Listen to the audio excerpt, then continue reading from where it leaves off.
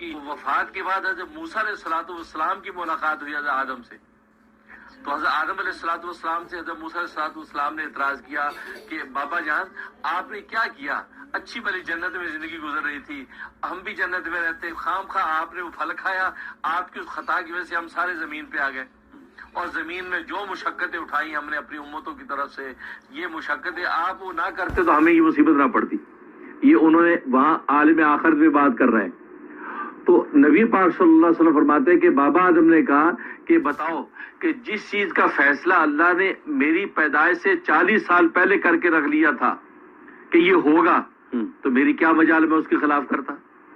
تو اللہ نے تقدیر میں لکھ ہی دیا تھا کہ میں نے پھل کھانا ہی ہے اور زمین پہ اترنا ہی ہے، تو میری کیا مجال کہ میں اللہ کے لکھے کے خلاف کر پاتا. تو یہ کہا تو نبی پاک صلی اللہ علیہ وسلم فرماتے حدیث میں الفاظ ہیں کہ موسیٰ علیہ السلام کو بابا آدم نے لاجواب کر دیا.